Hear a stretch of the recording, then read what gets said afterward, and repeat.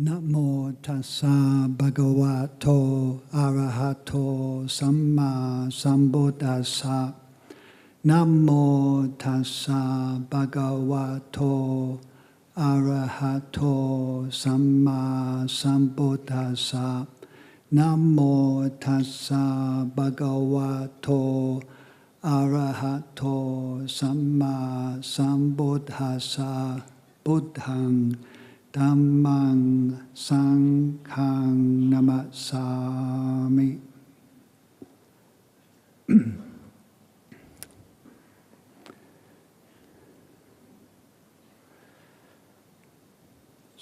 So first I'd just like to express appreciation for this wonderful occasion of so many people coming together to listen to the Dhamma and around the life of Lumpur Cha.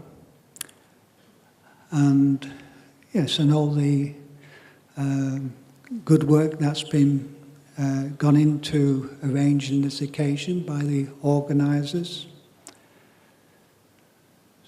So they say, and they said, a gift of Dharma excels all other gifts.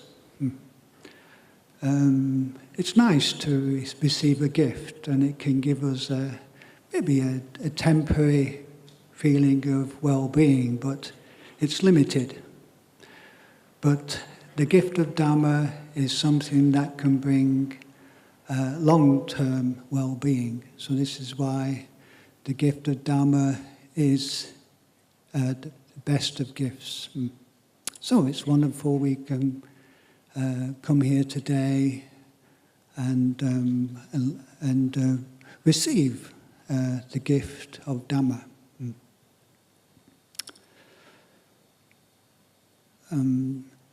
40 years ago in England, now you saw that video, that was from 1979, and there wasn't really much talk of Buddhism in those days. You weren't taught it at school, and there wasn't really much in the media about Buddhism. One of the only things that you heard snippets of maybe teachings similar to Buddhism was a series on television called Kung Fu, where you saw these Buddhist monks engaged in different activities. Yeah.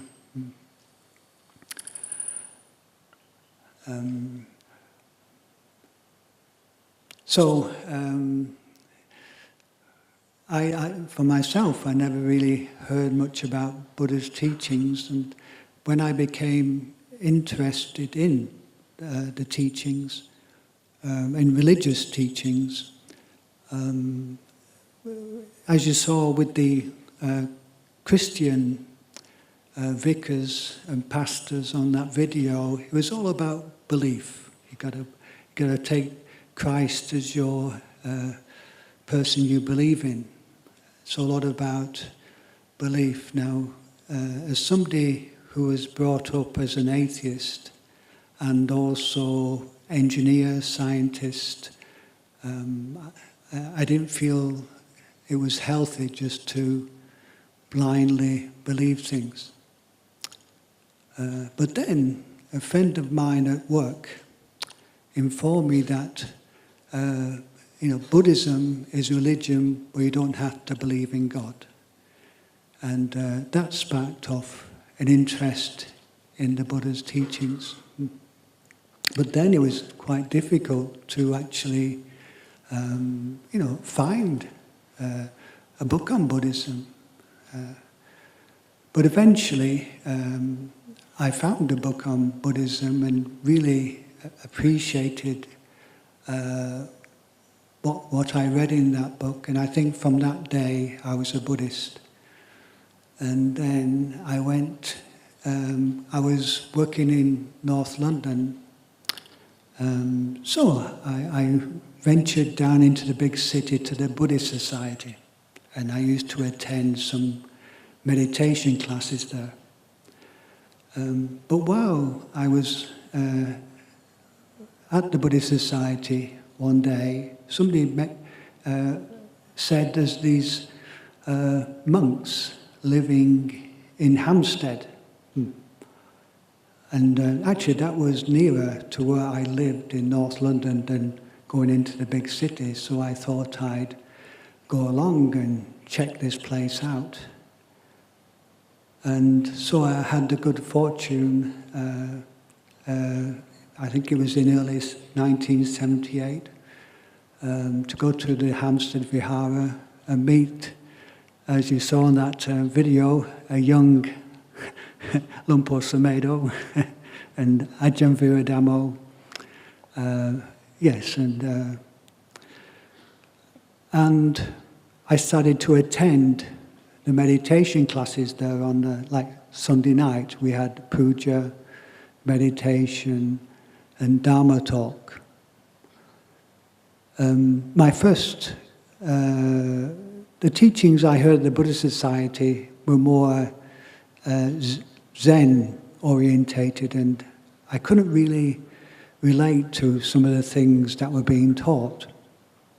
But when I went to the Hampstead Vihara, I could understand what Lumpur Cha was talking about. So I started to go there every Sunday night.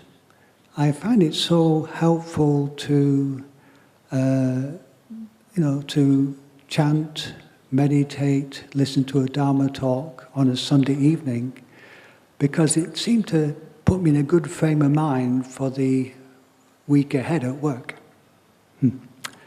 And so I used to go there regularly on a Sunday evening.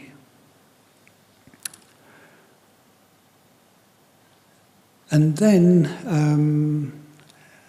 I came to know that the teacher of Lumpur Cha and Ajahn Chah was coming to visit London.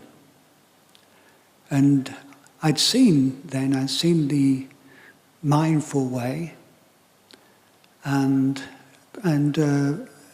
from that, just had quite a favourable impression of the teacher of Lumpur Cha. So of course, when he arrived in the Hampstead Vihara, I went along to attend the evening meditation. And it was quite a wonderful experience, very inspiring in terms of, I'm quite tall. I'm, nearly 2 meters, and Ajahn Chah's, 5'2". But talk about presence.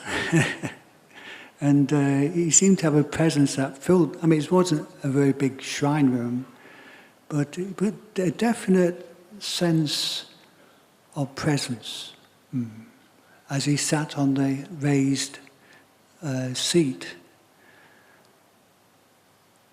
But more interesting, and something that one of the speakers touched on, was how one is affected by people's practice. I'd been practicing meditation maybe for about a year or so, but the experience of it was, sitting there, monkey mind, restless, not so comfortable sitting. And when Ajahn Chah was there, things calmed down. And which was quite unexpected. And then just to hear the voice of Ajahn Chah, you felt there was a sort of wisdom and authority in it. Even though it was, he was speaking, of course, in Thai, and it was translated, there was a sort of something, you just had this feeling it was something coming from a very wise place, very good, wise place.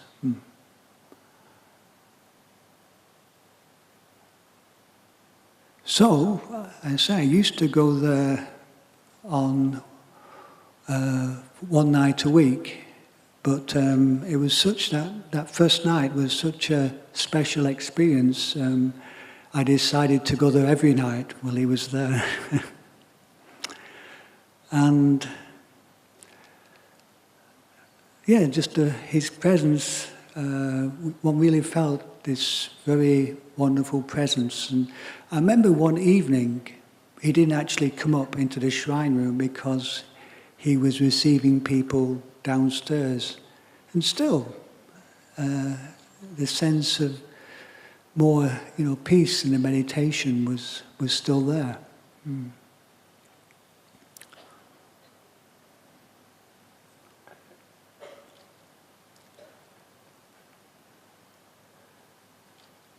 So he'd give talks after the meditation every night, and then we'd go downstairs and have time, had a cup of tea together, and talk with Ajahn Chah.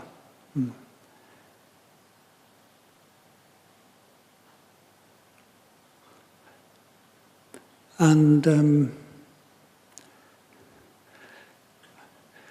he would ask us questions. So one of the questions he asked me was, what do you think it would be like to sit there for a whole hour without a single thought coming into your mind? And my response to him was, very enlightened. And then he said to me, like a stone. And I didn't respond to that. It was like the Zen master gives you a koan and it just takes you to, you can't, there's no answer. But just to reflect because on that teaching, that what, in later times of meditation, what really came from that teaching was, the tendency we have in meditation to somehow think we have to get rid of all these thoughts. How many people say, oh, I can't meditate, my mind just thinks about this and thinks about that. And how we can have this idea that somehow we've got to get rid of all these thoughts to get to this more calm and peaceful state. So I go on these retreats, and went on one retreat that, you note everything, movements you do. It was one of the techniques that came from Burma. And, I really went for it. Try to move very slowly, note everything. But also it meant actually holding down a lot of the tendency to think. And what I found was that when actually at the end of the day of practice, when I came to lie down, that all this thoughts that I sort of pushed down through the day all came welling up, like my head seemed to explode with all these thoughts.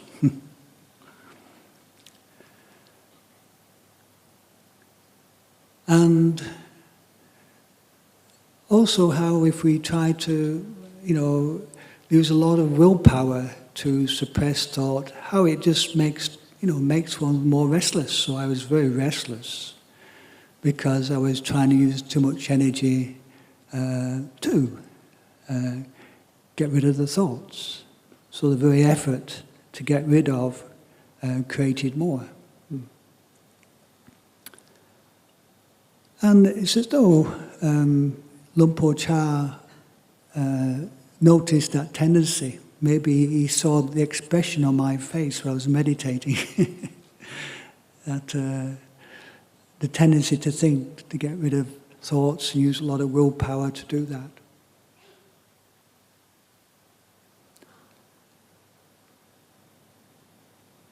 So, reflecting on that teaching, learning more to observe the mind that's thinking, rather than trying to repress the thoughts. Observe more how the thoughts come and go. And this, when this skill is more learned, then the mind comes to more natural sense of balance and peace. And thinking processes, if we don't feed them, settle down. So, also in that documentary, they talk about the still forest pool. And so the analogy that comes to mind in terms of meditation is like, the mind fundamentally is still and clear, but things come into the mind. And to me it's like this, like I was just given recently some effervescent vitamin tablets. You drop them in the water and they fizzle and bubbles come. And, that's how I experience the mind. Something comes into the mind, some mood, and because of the mood, thoughts come from it, like the bubbles come from the tablet. And, the skill is just how to observe that, the mood and the thoughts that come, and allow it to fizzle out. Like eventually the tablet dissolves, the bubbles stop, and the mind comes back to its natural state of calm and clarity.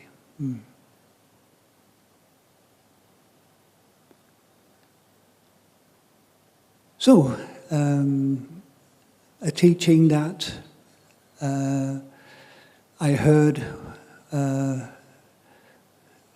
at a question session with Lumpur Cha, and because he asked the question, it really helped to remember that, to remember what he'd said. It's something that stayed with me and one would reflect on.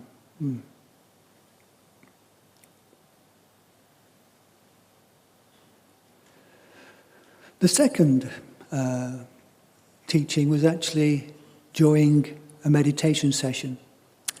Now, the Hampstead Vihara was on a busy road in Hampstead, across the road from a pub.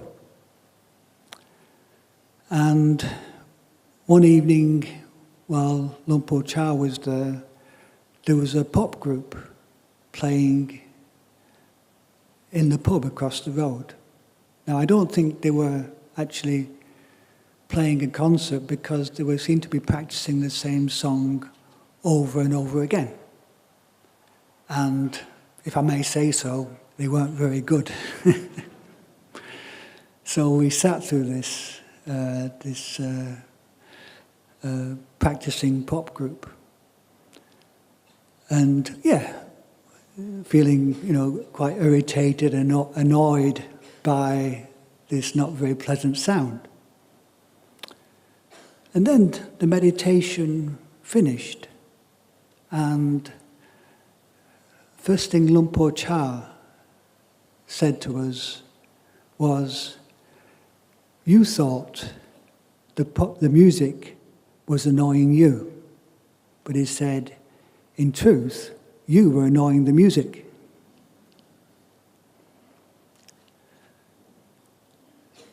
So that's the wisdom of the wise master. He doesn't point out the problem out there, but looking more to the heart and mind.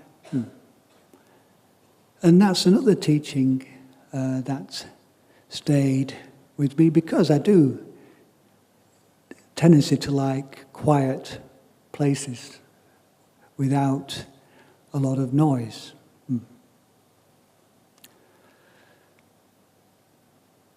So later in years, when I became a monk, I was spending time in a monastery in Thailand, and I spent, a few years there. And the first year was very nice, having a nice, quiet kuti, nice, spacious, quiet kuti, in a forest, on a hill, nice, cool breezes blowing through. But then, the second year, I think because there were more monks wanting to come and stay in the monastery, they started to build new kutis. And all around the kuti where I was staying. So the quiet forest was now the sound of power tools, people talking, hammers banging all around. And I mean, one thing was, at least I couldn't understand what they were talking about because I didn't understand a lot of Thai language, but still the noise. And the initial response is, missing the quiet from the year before. And I thought, I'll go to the abbot and see if he can move me to a quieter kuti. This is the first thought. Then, remembering this teaching of Lumpur Cha, is the sound of the tools annoying you, or you annoying the sound? So I decided not to move and to sit there and see if I could not annoy the sound. And, with over time, the annoyance faded out and the mind became peaceful with the noise, didn't react to the noise anymore. Now this is what the Buddha and Lumpur Cha talk about in terms of how wisdom arises through contemplating the senses. And there is a talk, one of Lumpur Cha's talk is about sense contact, the fountain of wisdom. And if not hearing sounds or seeing sights was the way to enlightenment, then, as both the Buddha and Lumpur Cha once commented, blind people and deaf people would be enlightened. But, of course, this is not so. So,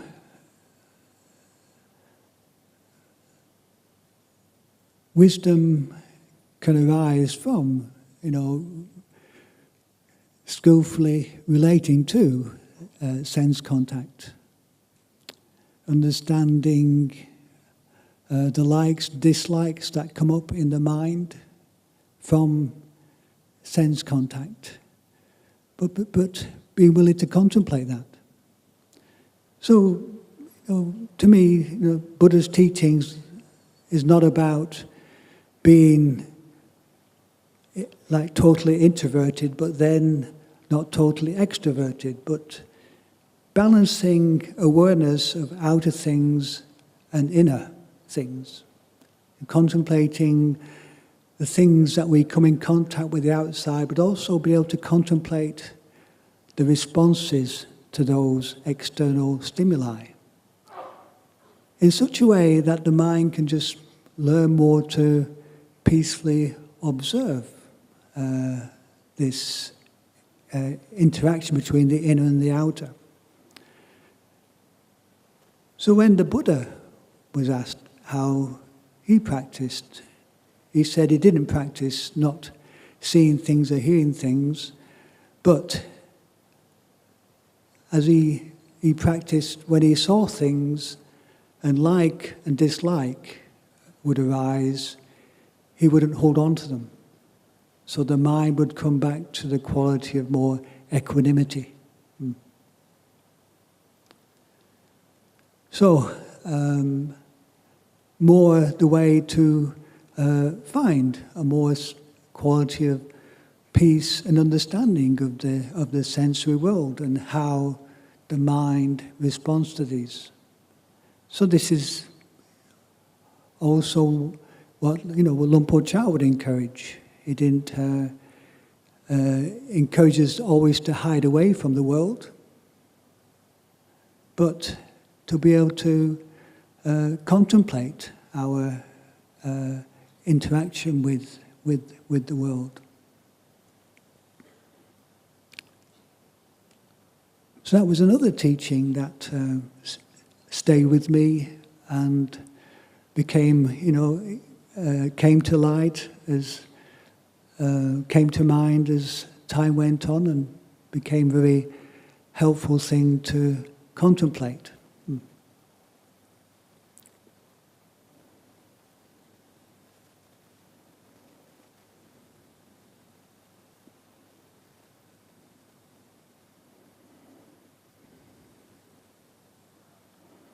We were sat down having tea with Lumpur Cha, and I was quite in awe.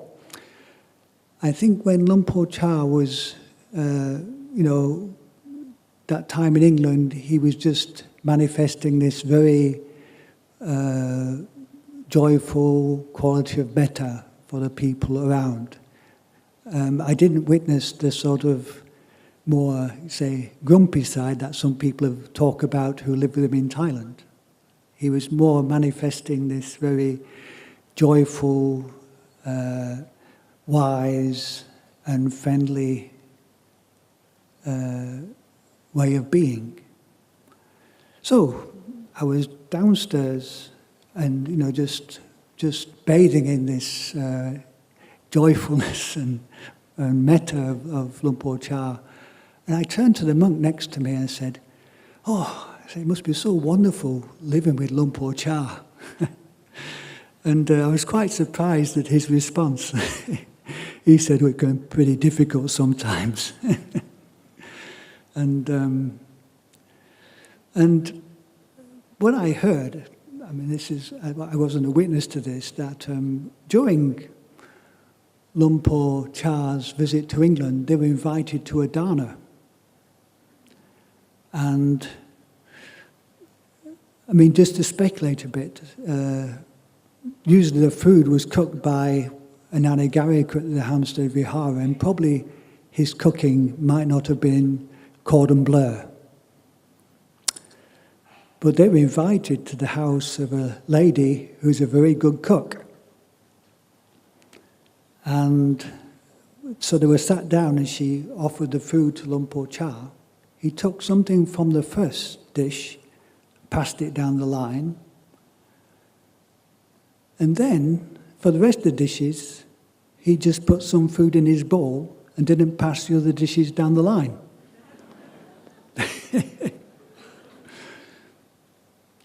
So they didn't get a lot to eat that day, and probably expecting a very nice meal.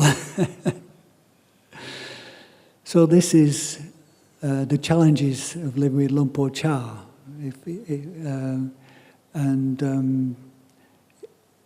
would challenge our desires and attachments.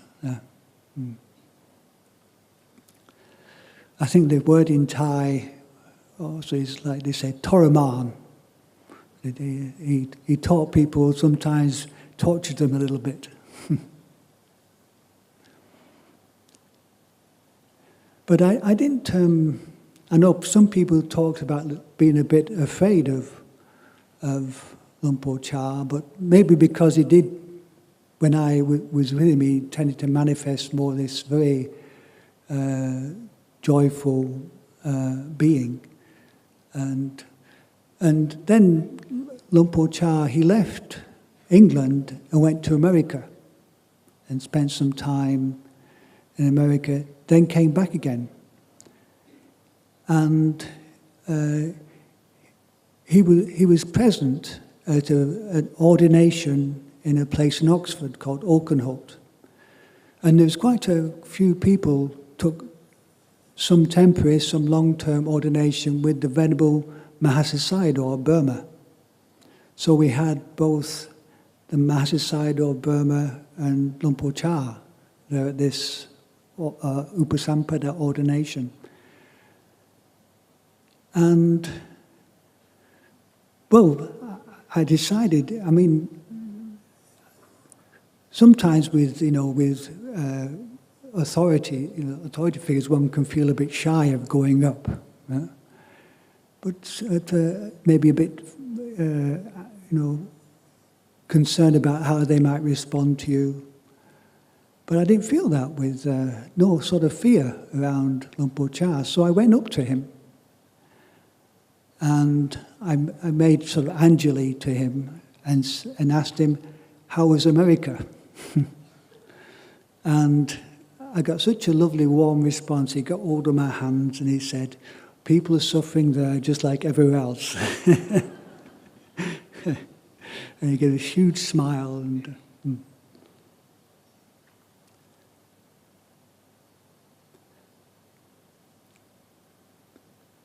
so, what came to mind after meeting, Lumpur Cha was that this is the most sort of happiest person I'd ever met, and just presence and being and joyfulness,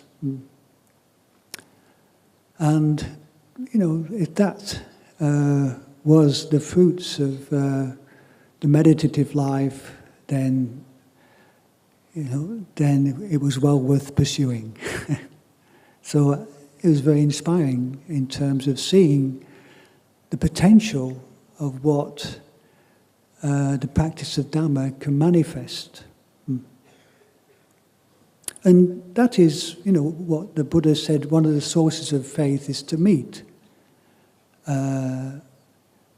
somebody who manifests sort of the beauty of Dhamma practice. Besides, of course, like, hearing teachings, but that actually meet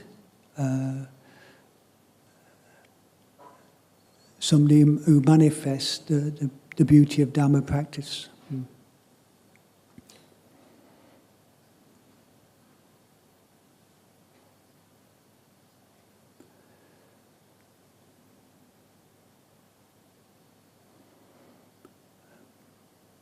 But also, just reading some of the teachings of Lumpur Cha. In the late 70s, there were many different teachers and techniques coming onto the Dharma scene in terms of, especially from Burma, many different teachers of different sort of meditation techniques. And there was this slight biasness about samatha and vipassana. There was talk about samatha and vipassana. And just to give an example, this is later, but somebody once asked me, how can I bring more sort of well-being or happiness into my meditation practice? And my response was, have you tried some mindfulness of breathing, anapanasati? And his response was, ooh, he says, that's samatha. I was quite surprised. You can't, that's samatha, I practice pure vipassana. So how people can, hold on to these views about meditation practice, depending on, techniques and biases here and there. But then, reading Lumpur Cha's teachings about samatha and vipassana like being like two ends of a log. And if you pick one end of the log up, naturally the other end will follow. And that was, my experience of meditation practice, trying, contemplating more anapanasati and mindfulness of breathing, but as you practice that, you learn about the mind. You learn about the hindrances, you become more aware of the different thoughts and moods, naturally. So naturally, I found insight naturally came through the practice of mindfulness of breathing. So I appreciated, Lumpur Cha's more open and less fixed way of teaching. And like people have mentioned today, how his teachings would vary depending on the person. And, one reads the way he taught, like mindfulness of breathing was slightly different sometimes, about where to watch the breath, how to watch the breath.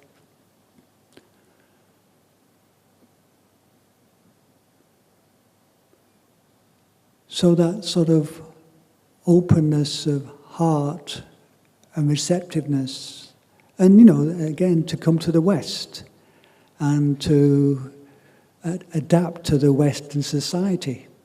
Now in Thailand, as a monk, you're treated with such respect and reverence. Now I don't know if you ever heard, but Lumpur Cha was walking through Hampstead.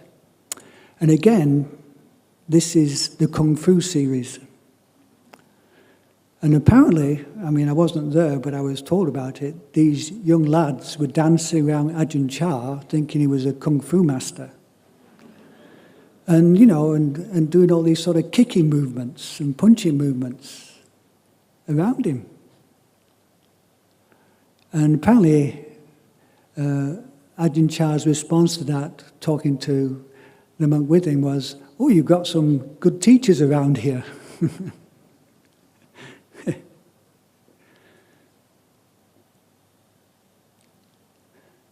So the ability just to adapt, not getting, all righteous about, you shouldn't treat me like this, I'm a monk. But just being with the way it was, adapting to the conditions. And, not being treated with the same reverence that he was treated with in Thailand. But another thing that I heard Lumpur Cha did like was actually Westerners could be quite challenging in the way they questioned him.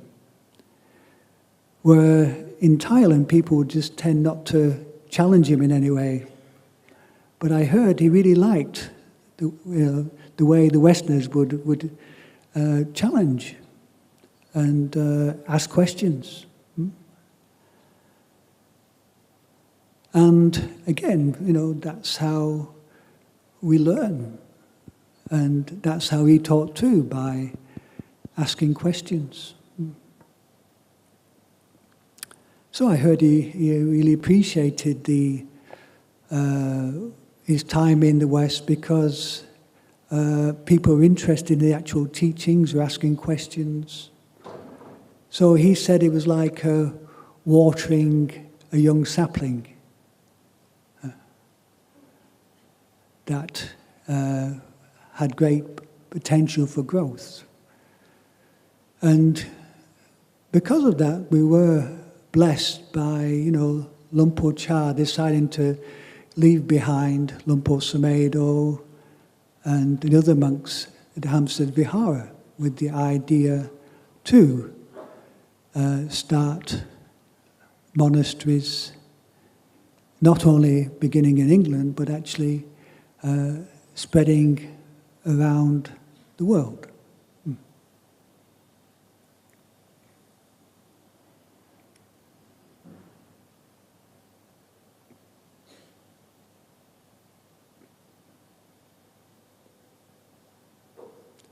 So, I feel I've been very privileged that when an interest in the Buddha's teachings and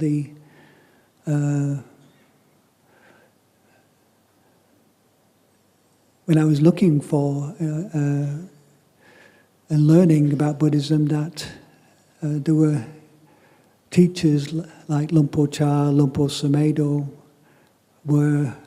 had just actually arrived in England.